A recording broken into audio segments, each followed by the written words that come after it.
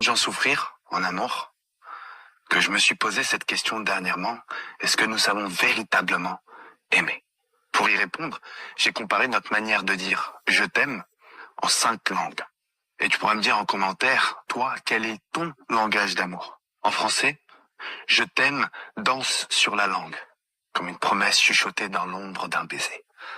L'amour se conjugue, se précise, se nuance. Il peut être tendre, fougueux ou même réservé. Ces jeux, perdus dans une quête où le « t » reste un mystère, insaisissable, indéfinissable, impalpable.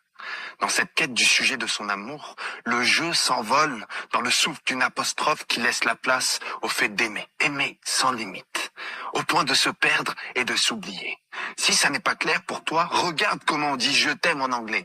I love you. En anglais, I love you. C'est simple, direct. Mais dans ce mot, une mer de possibilités. Il traverse l'intime et l'universel, du cœur à l'esprit et se répand à travers l'âme comme un parfum léger. Ça part de soi pour se diriger vers l'autre. La source comme le réceptacle de cet amour sont reliés par une passerelle plus qu'évidente. I love you. C'est moi qui aime toi. Et c'est toi qui es relié à moi par cet amour. C'est le love qui fait que le I trouve un sens à son existence. Le you devient la direction à suivre pour un I qui doit pouvoir trouver sa place avant de parvenir au you. C'est le you qui conditionne l'orientation d'un cœur, la direction d'une vie. Le I est une inspiration. Le you, une expiration. Et le love, un souffle coupé. C'est l'univers tout entier qui se trouve en suspens entre ces deux êtres dont les cœurs sont interconnectés.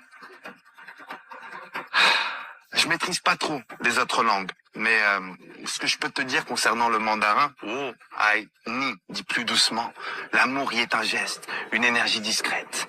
Il n'a pas besoin de mots pour se faire sentir. Une telle approche, au contraire, peut être trop directe, trop intense. L'amour est pudeur. Il ne s'exprime pas, il est mouvement, une attitude, une élégance. En arabe, uhibbuka. Ce mot vibre d'une intensité palpable, comme une déclaration qui brûle dans l'âme. Je sais que ça peut paraître excessif, mais regarde, ferme les yeux et écoute. Uhibbuka. Il commence à l'intérieur, avec un ou. Il passe ensuite par une expiration. C'est le moi qui se dirige vers le toi, juste avec les lettres uhib. Les deux lèvres, juste avec des lettres, viennent alors se coller l'une à l'autre. Uhib.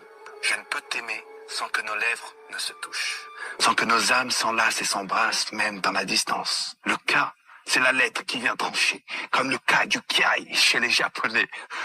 Le souffle sacré émanant de l'intérieur. L'amour, ici, c'est pas seulement un sentiment, mais une quête divine, un lien sacré, un langage codé, que seuls de véritables amants peuvent connaître et reconnaître. Et en sanskrit, aham tvam prinam. Ici, l'amour est un souffle cosmique, un fil invisible entre l'humain et l'univers, un amour spirituel, pur, éternel. En sanskrit, l'amour transcende souvent les relations humaines pour inclure l'union entre le divin et le cosmos.